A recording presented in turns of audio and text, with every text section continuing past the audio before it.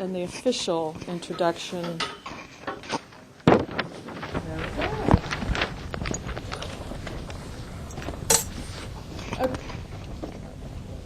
Okay, good afternoon, everyone.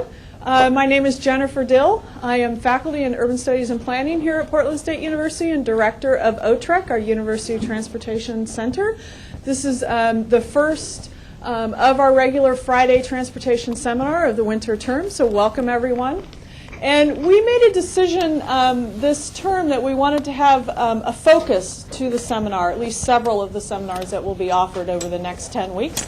We decided to focus on a new initiative that's being undertaken at the federal level, a Livability initiative. It's a partnership between the Department of Transportation, Housing and Urban Development, and EPA. We're really excited about it and looking for ways that PSU could play a role in that. So we thought a great way to start the seminar this term would be to invite one of those federal partners to speak. And so today we've invited Rick Krochalis, who is the administrator of the Federal Transit Administration Region 10 office up in Seattle. He has been in that position since 2002, and in that position he's responsible for the administration of FTA's capital, operating, and planning programs for the 4-state western region, Alaska, Washington, Oregon, and Idaho. Prior to joining FTA, he served as Director of Design, Construction, and Land Use for the City of Seattle from 1992 to 2002. He has a planning degree in his background, so any of you MERP students out there, this is a potential career path that you might be interested in. He has also been a key supporter and player in a lot of efforts in this region, and in particular some of the joint development activities that are going on between the PSU campus and TriMet and the new light rail line. And his agency and he have been very important in those efforts in the light rail around this area. So without further ado, I'm going to turn it over to Rick and carry on. Oh, one logistical thing. I'm sorry, I forgot. Since we do webcast the seminars, once we get to the question period at the end, please use the microphones on your desk when you ask the question. Hold the touch, keep the red light lit while you're asking the question. If there is no microphone nearby, I'll try to run over with this one to get your question so people watching on the web can hear. Okay. Thanks, Professor Dill and John Mackler, for inviting me. I get down to Portland a lot. Work with TriMet, Oregon DOT, and Portland Metro on big projects, but haven't had a chance to meet up with students. So really excited to do that. I've had a number of opportunities to work with my alma mater, Cornell, and University of Washington advisory councils. And it's just fun to meet with students and other folks who are here, and you'll be asking some hard questions. The other thing I was really impressed on Friday, and all these students are here, as opposed to skiing or something. And then Professor Dill says, well, this is the first of the class. So it's okay, it had to be the first class. So anyway, glad to be here. Oh, yeah.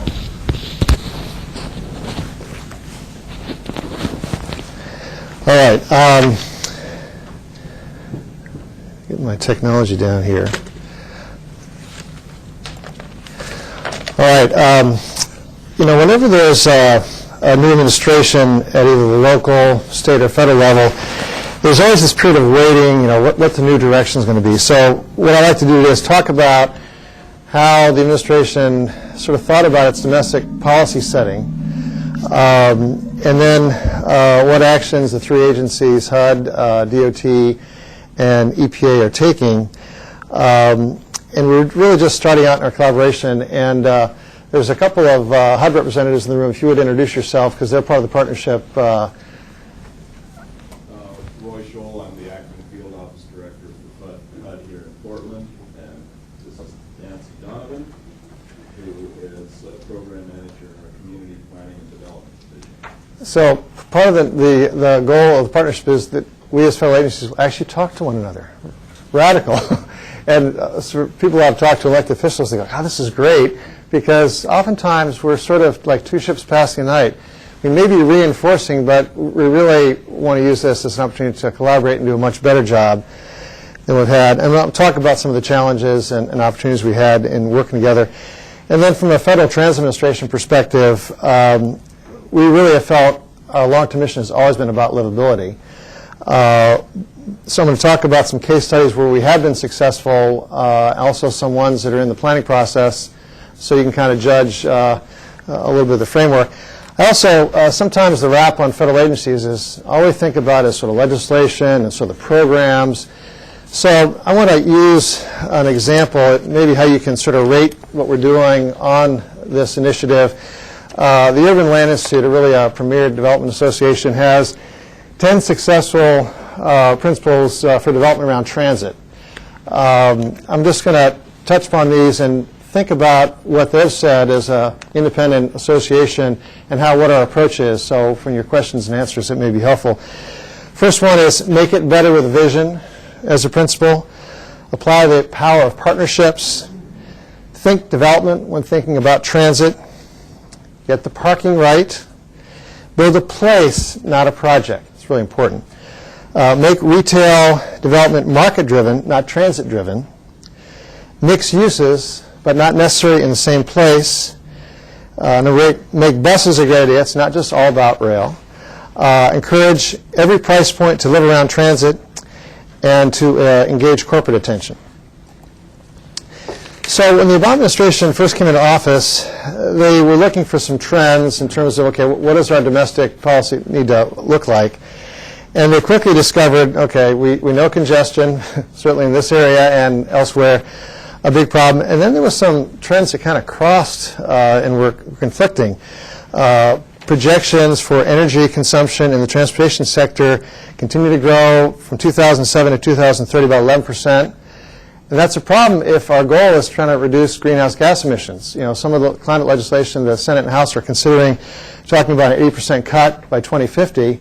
Well, those two trend lines aren't working really well together.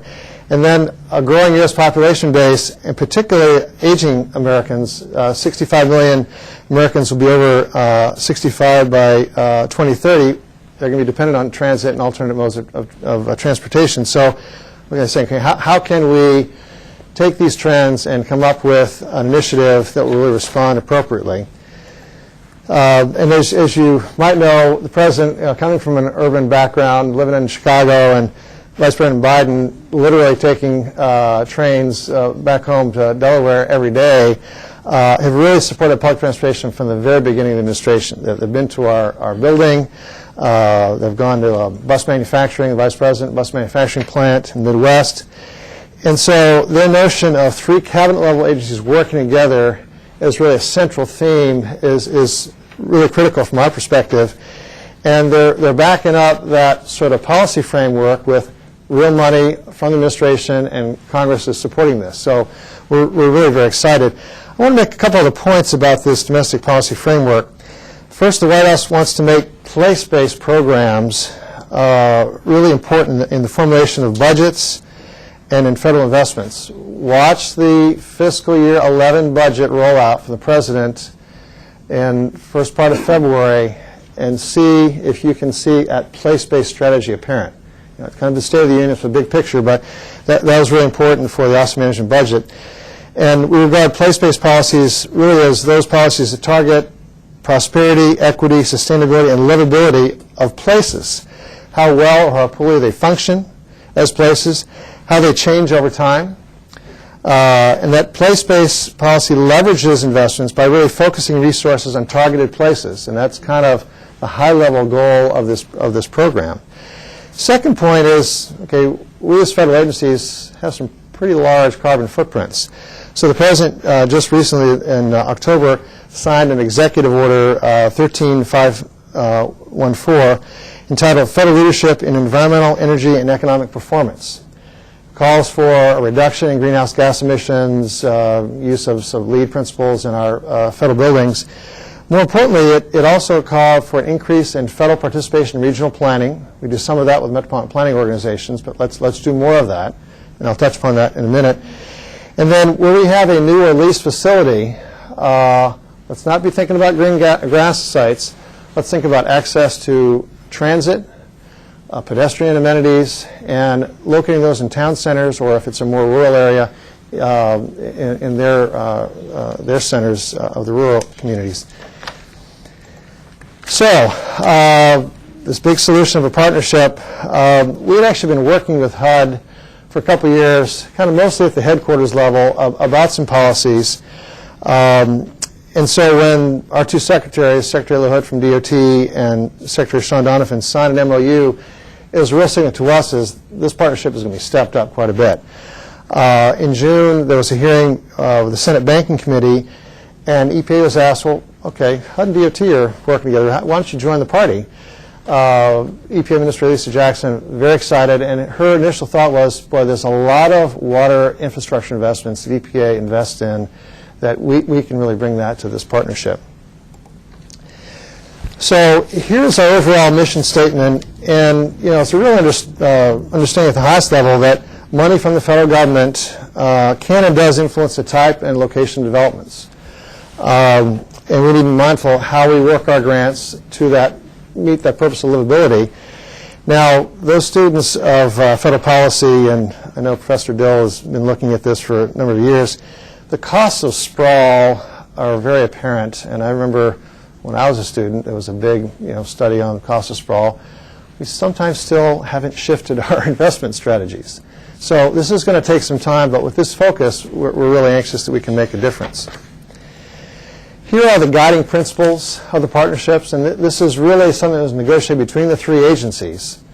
And interestingly, EPA Administrator Jackson really wanted to speak with Secretary Donovan LaHood the weekend prior to this rolling out to make sure this should work for all three agencies. And pretty broad policy, but it's not just about aligning infrastructure. That's one piece, but we really need to look at our regulatory actions, our policies, and our administrative actions.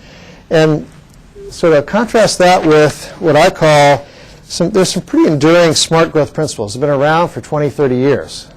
Smart growth is not new. And so these particular set of principles were from the International City Management Association. And I can see where our principles and these match up pretty well. And from my agency's perspective, FTA, transportation choice is important. But for HUD, housing options, walkable communities, all this is we think, very important. The Congress of New Urbanism would have a similar set of principles. So having the federal government saying we are embracing this, I think, is very significant. The three secretaries have not just sort of said, yeah, we've signed an MOU. They've been active proponents. They've actually traveled together. They've gone to Denver. They've gone to a couple places in the Midwest. They're due to come out to Seattle next month for the New Partners for Smart Growth Conference. So, usually it's pretty exciting to have one secretary, but when you get three secretaries in the room saying, this is what we want to do, a lot of energy, needless to say. Statements they've made kind of targets initially some of the early thinking. In transportation, we really want to do better linkages with land use planning. EPA has looked at their infrastructure investments and how that can promote smarter growth.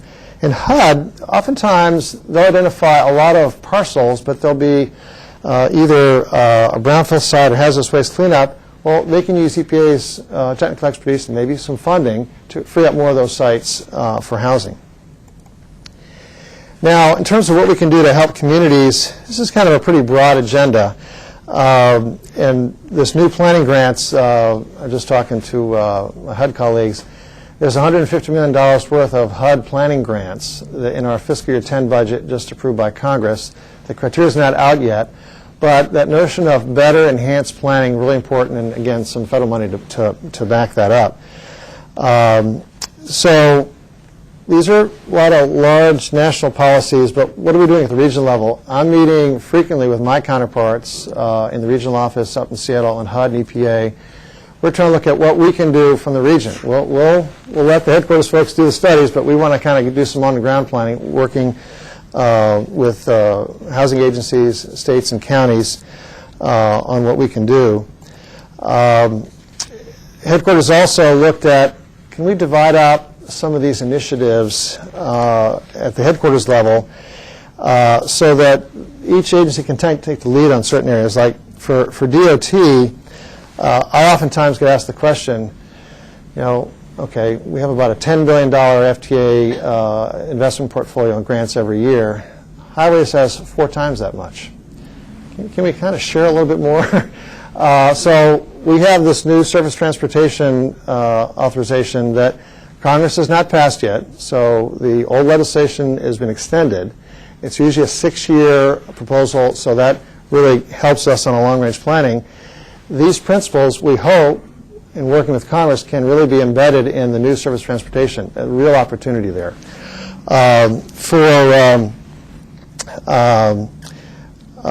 affordability, obviously, HUD owns that, but they need some help from the Fed. We have a lot of distressed properties right now in America. Either they have been foreclosed because of all of our banking problems, or are underwater, and that's not wetlands underwater, that actually they're worth less than their mortgage value. So there's some short-term issues before we can really think about new housing production that the administration can have to deal with. And finally, I want you to note EPA's interest in performance measures. That's really important, and I'm going to talk about that in a minute. But how can we define livable communities in a really meaningful way so that if we put investment into communities, they can see improved outcomes? And hold that thought for just a moment. Now, as far as the money, because oftentimes people will say, okay, show me the money. Livability as a federal initiative isn't absolutely new. In the Clinton administration, there was a fairly small program of livable communities. My agency, FTA, maybe put in $50 million. Well, already, just in 1 year, there's a lot more zeros behind what we're doing. Recall, there's the American Reinvestment Recovery Act, otherwise called the Stimulus Act. The Congress passed last year, plus some additional funding, which we've reallocated, and some new fiscal year 10 funding. So the notion of investing in projects that can reduce greenhouse gas emission, that being a criteria, and that will really promote livable communities, again, not new, but the amount of money being targeted to that, that is new, and that's a significant increase. But the last program that we haven't announced yet in terms of results is what we call the TIGER discretionary grant program. I think the acronym is Transit Improvements Generating Economic Recovery, so someone got real cute on TIGER, okay. About $1.5 billion worth of discretionary money around multimodal.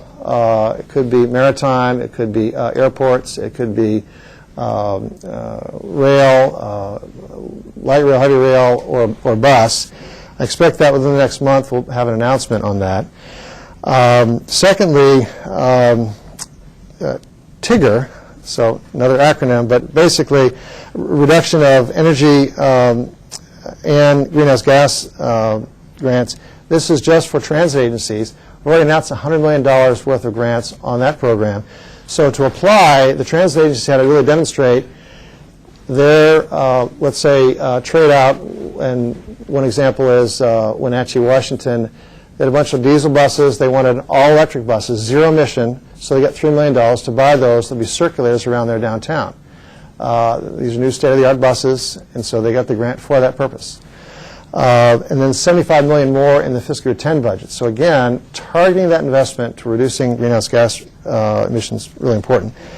We also announced just recently $280 million of unprogrammed funds for the Urban Circulator Program. And you know, Portland's done such an excellent job in their streetcar.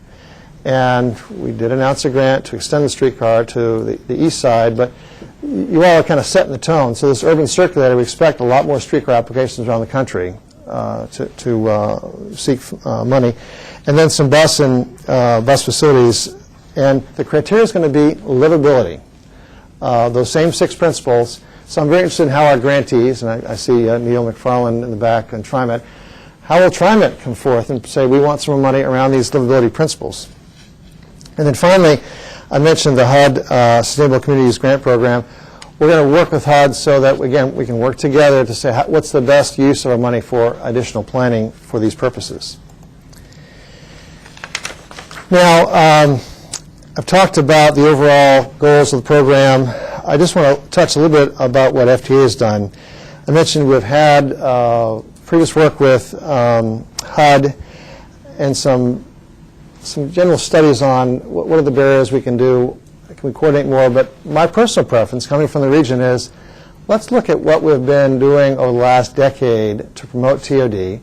We have about 15, 20 projects from our four-state area that actually on the ground built. Okay, what were the lessons learned there, and how can we double or triple that number and do that all in the country? So what we're looking to do is in each federal region, we're going to try to look for a pilot project that would have a HUD component, an EPA component, and an FTA component, and say, okay, what can we learn by attempting to work together? Because we've already had some conversations with HUD, and I go, well, I've got metropolitan planning organizations, they've got a 20-year plan for investments. I pretty much know in the next decade what we're going to build. Can we line up with you? And so you might know where your housing investments, EPA, you might have some technical assistance. And what I kind of get from them initially was, well, we don't have as long a time frame. We usually ask counties and cities to put together their consolidated plan, maybe a 3 to 5 year look ahead.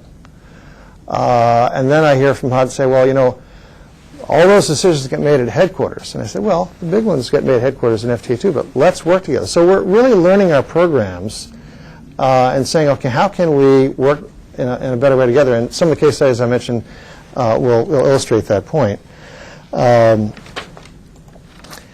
Now, I'm not going to spend a whole lot of time saying the obvious here, but transit-oriented development clearly is a major principle.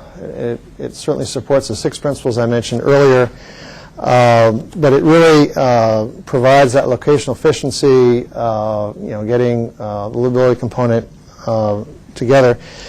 We support TOD and FTA as we call it joint development, and the idea of joint development is, and TriMet's done this a number of times, is sort of a common use of property for both transit and non-transit purposes. And either the business deal here is either we'll share revenues from a joint development, or we'll share capital expenses. And I'll illustrate that in a couple of the case studies. So a lot of people ask me, where's the TOD program? Can I apply to that program? No, it needs to be part of your planning. It needs to be part of your transit projects.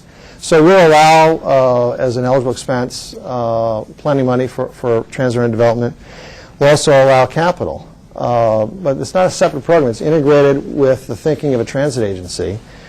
And I would say at this point, a lot of transit agencies, given the economy, if they're, besides the fares, are getting either property tax revenues or sales tax revenues, they're hurting. So it takes a real commitment for a transit agency to say, okay, we're also going to support affordable housing and TOD work. And TriMet's one of the ones who really does that and does that well. King County Metro, and I'll give you some examples of this in just a short moment. So they are an eligible federal expense. Here's one of the studies that I mentioned that we've done with HUD. It's an 11-point action plan. We submitted this to Congress in August of 2008. Very consistent with what we're doing now on this partnership. Now, if you want to read a critical study, this is kind of what was sent to Congress. This is what we're going to do. The General Accountability Office, are you familiar with them? They're an arm of Congress, and the idea is that usually at direction of members of Congress, they will do a critical report, not really an audit, but sort of a program review. So they kind of took this study, and then they knew of the partnership that the Obama administration put forward and say, okay, how you guys doing? And they made some, I think, very good observations. This was just submitted in 2009. It's called Affordable Housing and Transit-Oriented Development. Key practices could enhance recent collaboration between FTA and HUD. So one of the observations they made was that quite a few of the HUD programs in affordable housing don't really consider the connection between housing and transportation. They're looking for low-income housing, but there's not a criteria to say, where's your access to transit? Because, as I'll mention in a moment, if you're looking for housing, there's a transportation cost associated with that as well.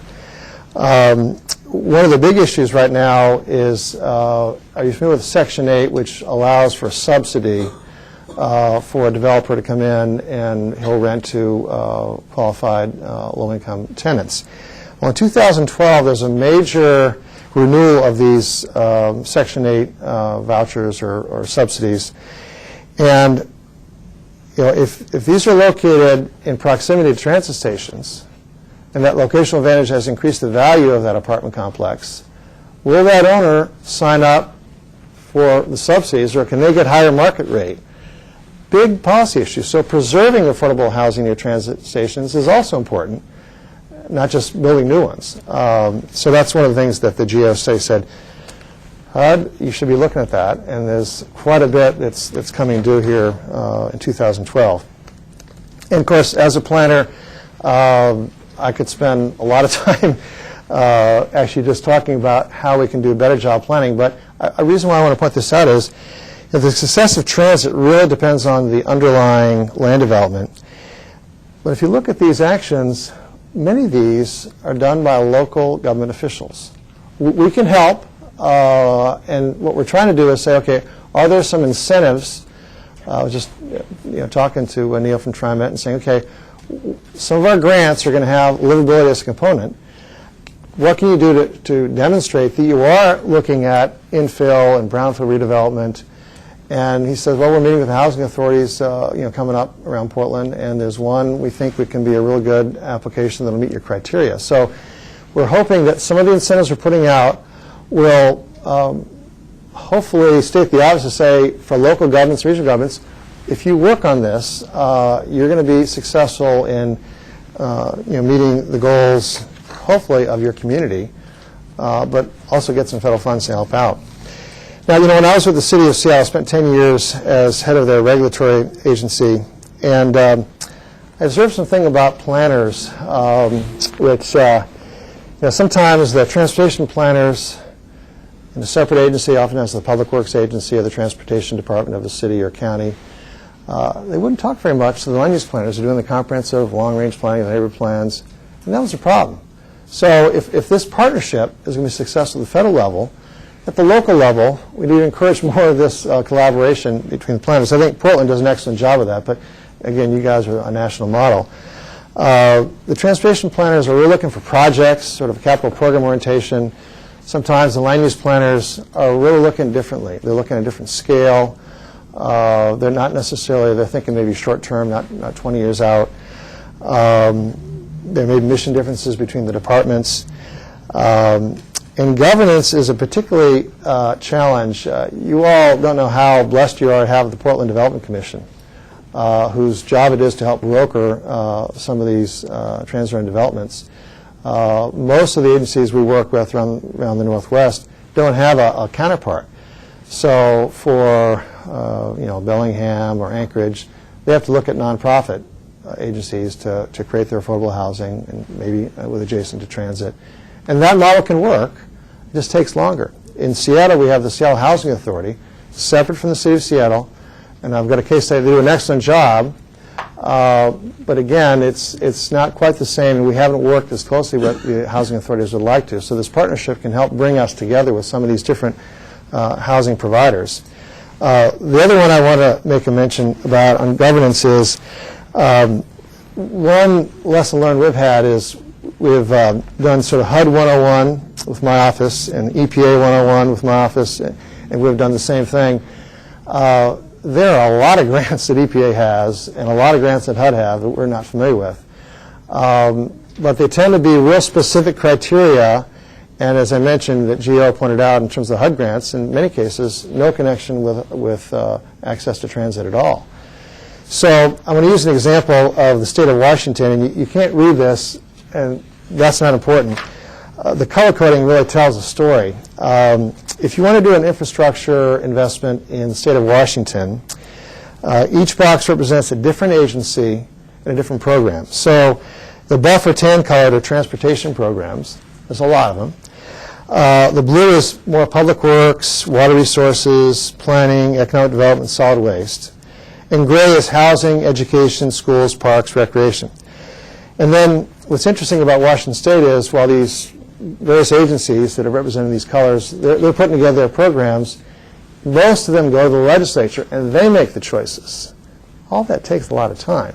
In only a couple cases does the governor and legislature jointly make the decision which projects get funded. So if you're a city, small town, let's say trying to revitalize your Main Street, you've got to run the gauntlet through all these state programs. Or if you're a big city saying, okay, I want to do more affordable housing, I want to do education reform, make some social services enhancement. Again, you have to decide which one of these boxes you're going to target, and you've got to be pretty skilled to get that money. This replicates itself on the federal level. So part of what we hope to do is, and I was just, again, talking here locally, is can HUD, EPA, and FTA and our sister agency, Federal Highways, come together and meet in this region, have a workshop, and really hear what are the regional governments, what are the state governments, what are the cities, what do they need from us, and how can we work our programs together so we can meet the goals. And what you need is very different from what Anchorage needs. I'm working with them up in Alaska. They have different needs. And so there's a complexity here that's really hard for local governments to figure out. And so that's part of this notion of partnership. Let's make it simpler and more integrated. Now, I mentioned before, when we're making some of these decisions on some of these new grant programs, it's been around those 6 criteria I mentioned. And so, my political boss, the Secretary of the HUD, has said, okay, livability means take your kids to school, go to work, see a doctor, drop by the grocery or post office, go out to dinner or a movie, or play with your kids at a park, all without having to go in a car. That's the Secretary of Transportation saying that. That's pretty impressive, because obviously there's a lot of emphasis on highways. But we really need something more. And I mentioned those performance metrics. Some of the ones I've talked about here, the first 3, these are pretty standard. Transit ridership trends. So if we invest in light rail in Portland, TriMet's been very successful in increasing their share. I've always been impressed with Portland. As many people are taking TriMet Monday through Friday, and you look at their Saturday data, and it's a very similar number. So this is a very transit-rich environment. What's the mode split? Washington State has a commute trip reduction act that for large employers, they need to provide some incentives not to take your vehicle alone, but to take transit as a benefit, as a perk. And then HUD obviously has a lot of data around housing ownership that's affordable and rental housing. So these are some traditional measures. We know if we invest, we might be able to get some metrics that look pretty good. But in livability, what we're looking at is let's look at both housing and transportation costs. And I got some data I want to share with you on that as a percentage of income. Now this is a pretty clear one. If City of Seattle and I know Portland have bike plans, if we invest in that, you're going to have more miles. So that's a metric that you can clearly see. It's a healthy outcome as well. But how about the percentage of pedestrian-friendly streets, or there's a walk score rating process that you can compare neighborhoods in terms of where would you invest in more sidewalk, more pedestrian amenities.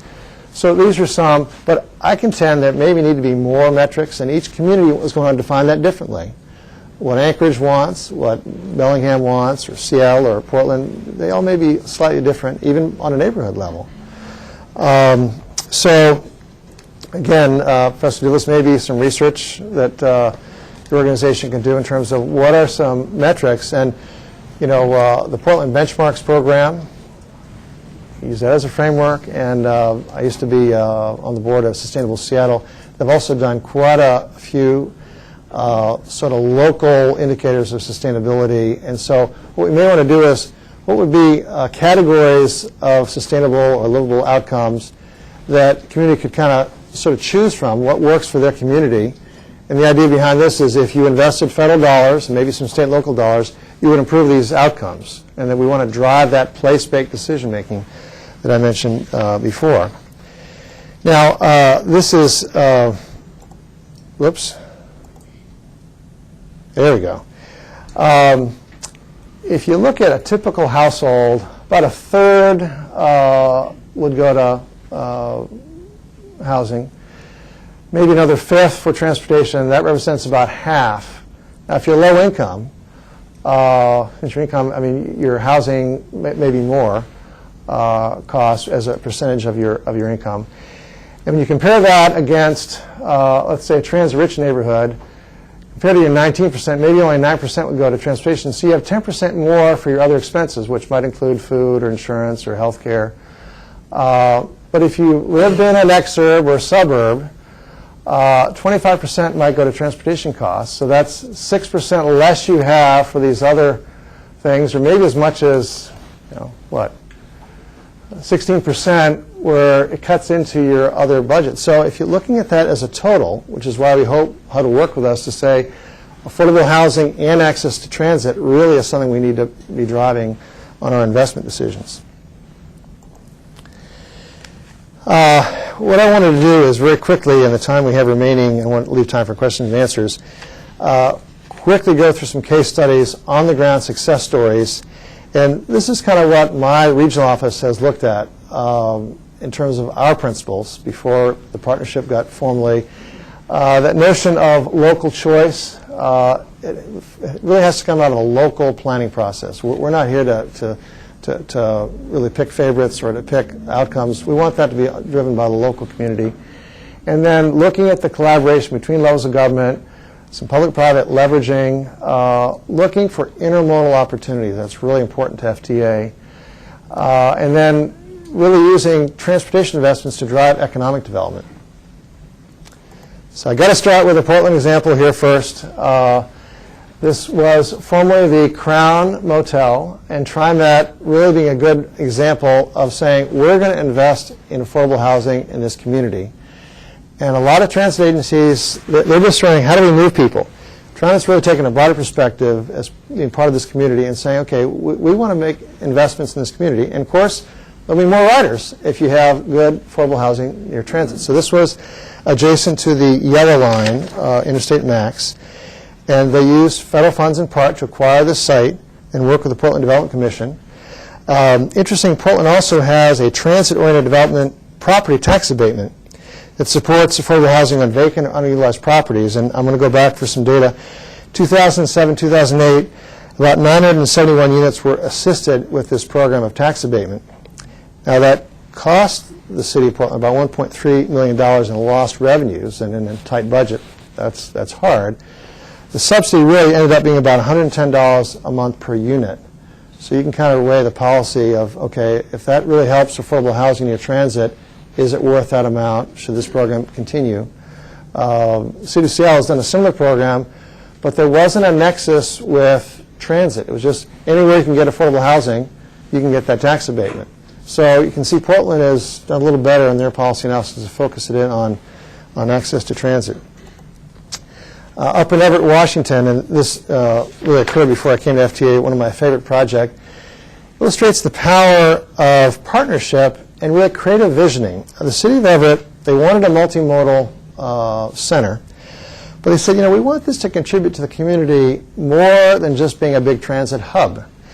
So they said, FTA, we want to work with you, and we want this multimodal center, and it's really provides access to 4 different transit agencies: Regional Commuter Rail done by Sound Transit, Amtrak stop, Greyhound moved their station to this site, and it has a taxi stand along with a park and ride.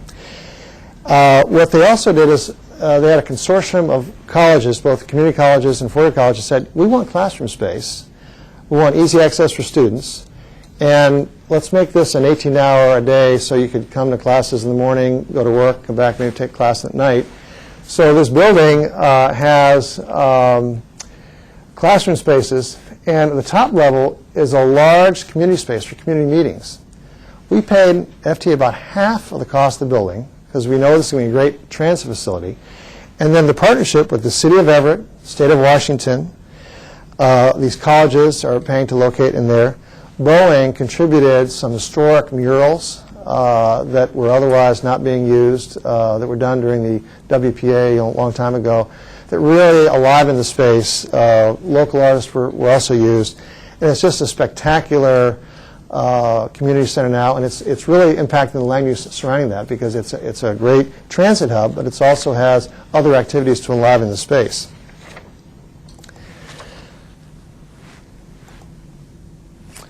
I mentioned before, when does a transit agency say, okay, we want to make an investment in the community? And King County Metro is a good example of this. King County executive, former King County executive Ron Sims, who's now the Deputy Secretary of HUD, said, okay, I want to use this as an example. We have a park and ride facility in Overlake, surface parking. how can we actually create an opportunity for affordable housing and having a bus stop, and then let's replace some of that park and ride with structured housing in the basement of the housing complex. And they've done that in 3 or 4 other instances, and I think they've done probably more of that than any other transit agency in the region. Using that asset, and TriMet's done a similar thing with Gateway in terms of redeveloping a park and ride for a mixed or a different use. This one in Kent, Washington, example, win for the community, win for the developer, and win for the transit agency. Sound Transit built a fairly large structured parking lot for commuter rail riders. This is the largely Monday through Friday crowd. They use the structured parking. Kent wanted a regional lifestyle center right adjacent to their downtown as helping them build out their community. Again, they were driving long distances for shopping. They said, let's have it right here in our downtown. The developer said, boy, I'd like to do this, but I need some help on parking. So back to the notion of commuter parking, FTA approved the use of the parking structure as an incidental use not to interfere with those transit commuters. So for weekends and nights, a lot of shops are out there using the parking structure. That's the second life of the parking garage. And that's similar to the Clackamas Town Center, that TriMet built a parking structure right adjacent to the Clackamas Town Center shopping mall, again, used on a not to interfere basis with transit. And I would be remiss without at least mentioning the PSU TriMet joint development. Mixed use, it's really gone beyond conceptual. There'll be student housing and some classroom space and some commercial retail space on the lower level. And of course, this is with this new build out of the Green Line, rail accessible right adjacent to the site. Pretty exciting model on how a university can partner with a transit agency in ways that, I was just talking to you about that, they didn't quite think were possible. But that's that power of partnerships, creative thinking, where, again, the benefits the university, benefits TriMet, benefits the community, benefits the students. Now, I could spend a long time on this. I don't have a long time because I want to leave some time for question and answers. But we're playing catch-up ball in Seattle to you down here in Portland. You've got 52 miles of rail, and this is our starter line, only 16, but we've tried for a really long time to get this done. We had the money lined up 30 years ago. The voters turned it down. The money went to Atlanta to build MARTA. And now, years later, a lot more expensive, we finally have it done. $2.7 billion, 16 miles from downtown to the airport. We're very excited. Now, the city and county have been advocates for this for a long time. They also said, look, we want affordable housing, especially down the Rainier Valley, where there are a lot of opportunities. And actually, the housing planners and HUD said, we agree. So if you can look at the alignment, there's quite a few affordable housing developments that HUD worked with the Southern Housing Authority and some nonprofits to build out. So great example. But FTA was working with the city and the county and Sound Transit. The city was working with HUD, but we as federal agencies, we weren't talking.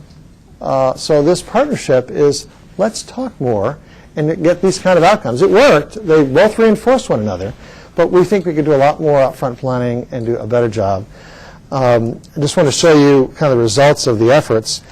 The higher density housings were done, but notice those are right along the light rail alignment. These pink or orange colored. This represents a grant done by HUD for Hope 6. Really spectacular results. The residents love it and the community loves it. Great floor plates, open space, good urban design. Really proud. I was with the city of Seattle and sort of worked on that. I want to talk about that in a moment. And what's kind of interesting is there were many different HUD programs that contributed to this. Section 202, Home, Hope 6, Rainier Vistas up the street, and then the neighborhood revitalization, help me on this, what is it? Neighborhood revitalization strategy area. Right, okay, that was important on this as well. So you can just see 4 or 5 different HUD programs, Which I think is very interesting. Not a lot of money, $2 million, $35 million, $50 million. We put $500 million in FTA in light rail. So this is an example where you've got excellent leveraging of a small amount of federal funding with state and local sources to really build some excellent affordable housing. We want to do more of this with this partnership, and we think we can. Now, I want to touch briefly, these things don't happen automatically. When I was with the City of Seattle, Mayor Norm Rice said, I really want to do Holly Park. Seattle Housing Authority said, we need some city money. So he really talked to his utility department director and said, can you help invest in the utilities so that lowers the affordable housing cost? Okay, we'll do it. All the underground utilities the city of Seattle invested along the light rail line was a part of that. I was head of the regulatory agency, so he looked at me and said, can you work with the housing authority in expedited permit processing? Well, at that time we had a lot of volume going through. I said, well, I'll try my best. But I said, I want from the Seattle Housing Authority a commitment of good urban design, and we have design guidelines. Housing Authority saying, well, is this going to be hard? I say, but the outcome is going to be really worth it. So you saw the result. They really adopted a new urbanist strategy. And we worked hard. We hadn't done subdivisions this large in the city of Seattle for many years. So it all worked out well, but it was a lot of hard work, but really worked well in the end. Now, I want to use one example where I showed you some projects on the ground that are done, some that are still in planning or execution stages, like the PSTU Partnership.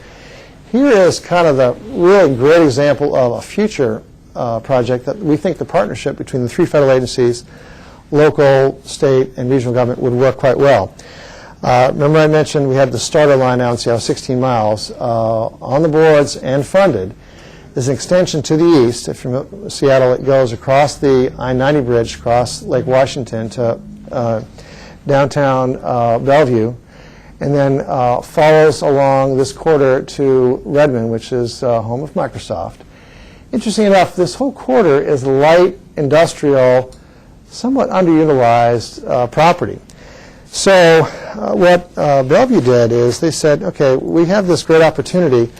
Let's look at some comprehensive planning along the corridor. We know light rail is coming. Let's look at the classic TOD model of higher density, moderate density, mixed uses, and let's look at each of the transit stations along the way. They also work with developers and the citizens and did a major upzone of that corridor. And developers did a lot of schematic planning. This is owned by a single property owner. This is all pretty much low industrial. Now, the light rail project will take at least until 2020 to build out, maybe a little bit longer. So there's time. You've got sort of this big range of planning, and that this needed to happen, but there needs to be a lot more. For instance, none of these parcels are reserved for affordable housing. Well, maybe some land banking would be really effective now, because right now these parcels are, again, light industrial. You could have a long-term lease with the property owner, and that in 10 years, when the build-out's there, that could be done for affordable housing. That nothing's been agreed to yet. There are some degraded streams throughout this entire area because it's been light industrial that the city said, let's do an urban stream restoration. We think there's some EPA money to do this. No financing plan yet. These are new roads throughout here. The financing and the utilities for that, they're not done. So even though you've done the rezoning, there's still a lot on the ground that has to happen to transform this into this livable community. Right now, it's a bunch of warehouses and industrial uses. So this is the classic opportunity to create that livable community. And so my suggestion, and we had an Urban Land Institute sponsored a workshop, brought together a lot of these parties and said, okay, what can you do? Let's target some transit stations. Let's identify some partners. And let's do some feasibility studies. And I use Portland all the time as an example when I'm up in Seattle. You've got this great Pioneer Park bordered by light rail on two sides. It's a great urban living room Well, you could do the same thing in these nodal centers, but you got to work with the private sector to say, okay, if this is how we're going to build our light rail line, this is how you need to match up with your urban development scheme, and so that just needs to happen. I really am hopeful that will happen, and the partnership will be helpful. So what I try to do today is I try to outline kind of what's that Urban Land Institute, what are the 10 best principles for development around transit. I talked about the administration's framework for livable communities and then what we're trying to do on the ground in terms of the regional efforts. You've obviously seen in Portland some great examples of foresight, vision, collaboration, and you've got really some of the best examples here of TOD. And now we've got new grant programs and a new administration and a major urban policy framework to this end. So I'm pretty excited that, pedestrians important, health of the community is important, and the principle of livability is now being espoused by, and it's not just the 3 federal agencies. Frankly, there's some other federal agencies who wanted to join and said, God, just partnering with 3 federal agencies, that's enough. Agriculture does major rural grants. They're waiting in the wings. We said, look, let's formulate this initially, but you don't see agriculture necessarily talking to HUD as much. And so this can be sort of, as we start this partnership, it can be expanded. I have got the websites for a few more sites if you want to look at that. And thanks for your attention, and ask me some hard questions now. See if I can answer them.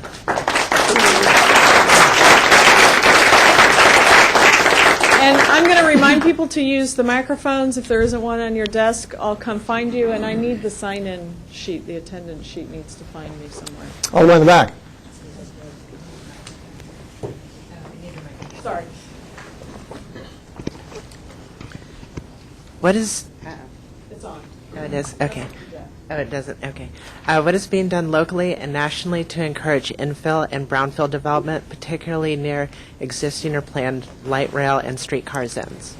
That's one example where, correct me if I'm wrong, I think HUD has not allowed any investment in brownfield sites, but they're looking at that policy now as based on the partnership, and EPA has a lot of brownfield grants that could really be helpful in that cleanup. So I think we're looking at it, and those are the classic policies that heretofore it's been can't do it. Now there's a safety issue, but if it's really cleaned up to appropriate standards, I think the notion is that maybe it can be some more opportunities on that. And so I think it's sort of the national policy setting, and then it has to play out at the local and regional level. Yes? You Do briefly you remember mentioned... to use the microphone on the desk? Thanks. Okay, okay. You have to hold it down. Sorry. You briefly mentioned your sister agency, FHWA, Mhm. and I was wondering what the conversations have been at the regional level and where you see them kind of fitting into this framework.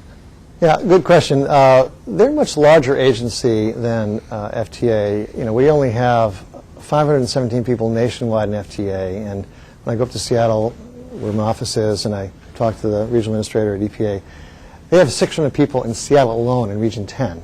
So they have more people in Region 10 office than we have nationwide. All right. Federal Highways has a lot more people than we do.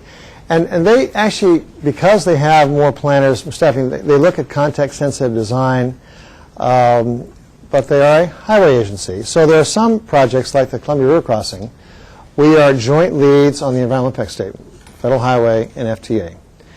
And so all the hard questions they kept asking us when we said, we want a bridge that can carry light rail. And they would scratch, well, we haven't done that before. We want a bridge that can handle light rail. So we are working with them on specific projects like that. I've got another one up in Anchorage, the highway project.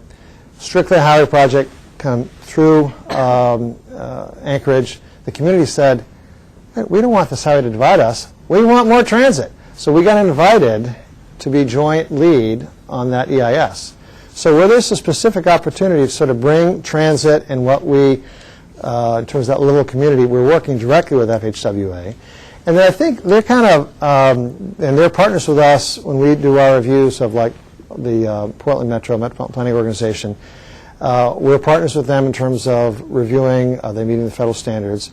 And I think the 6 criteria I mentioned to you, I think they will find a way. I think we're almost a more logical partner, but I think that they will find a way to participate. And remember, some money under the Surface Transportation Program is flexible. It can either go to highways or transit.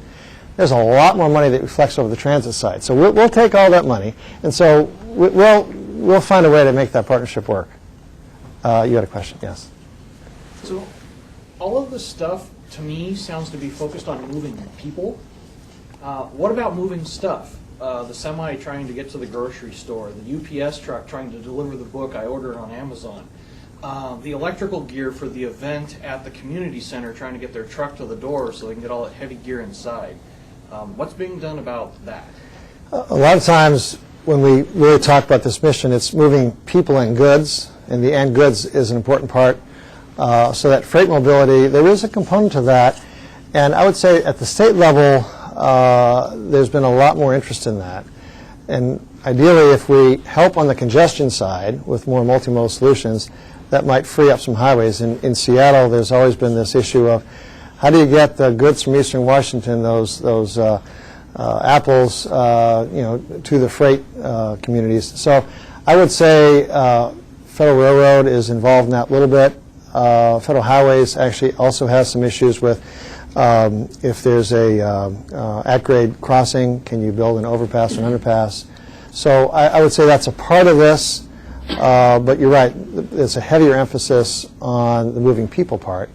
But I think the Federal Highway and Federal Railroad also are looking at the freight mobility part. And I know up in Seattle, the Metropolitan Planning Organization up there has a whole freight mobility council that meets on I think, every other month basis to look at multimodal projects that will help freight. And I know example in Seattle where the commuter rail station, or the commuter rail project, Sounder, it actually also improved the freight line. It's the same line. We put a lot of FTA money in to improve what is a jointly used with Burlington Northern, Santa Fe, and Sound Transit, improve that line. So that helps in terms of speeds and reliability. I know we're getting real close to the end of our class time here. One more question. And the microphone. Thanks. So your presentation had a lot of focus on new development and redevelopment for TODs, and I'm wondering what the program can offer in terms of increasing livability and access to transit in existing communities that are already built out and may not be very cost efficient for transit already. You mean to actually add more transit service to those communities? Existing communities. Well, part of that is the local planning process to say, okay, is there some either infill or redevelopment that you could actually, and then work in the transit agency to say, what is your routing? And so I would say one answer to that, and I use the Seattle example, you saw that linear segment of light rail. We've also got commuter rail, but communities that are just accessed by bus are saying, what can you do to improve my service? So King County Metro has 5 corridors of bus rapid transit that connect in up to the north with community transit to actually increase the reliability. It's similar to Portland's frequent bus, where they're going to actually increase the level of service in heavily used corridors. So that would really support existing communities, and we've funded 3 out of 5 of those so far. The buses will be branded. They would have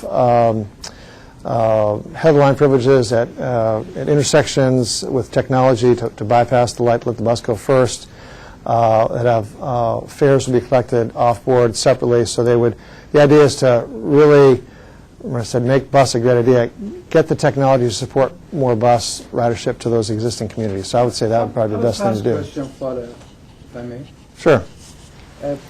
Really a follow-up to this. In this region, Lake Oswego is one of those cities that doesn't have good accessibility. And we are waiting for the approval of funding, I think, for a streetcar funding from Portland to Lake Oswego.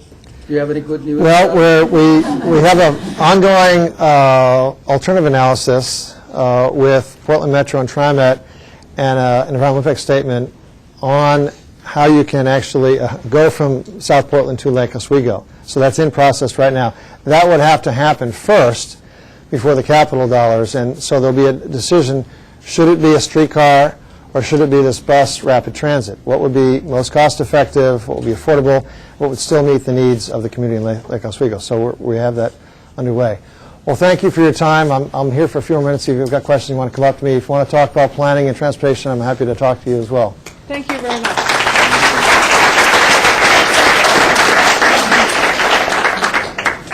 If you're a student and you didn't get a chance to actually verbally ask, I did. write it down on It's my home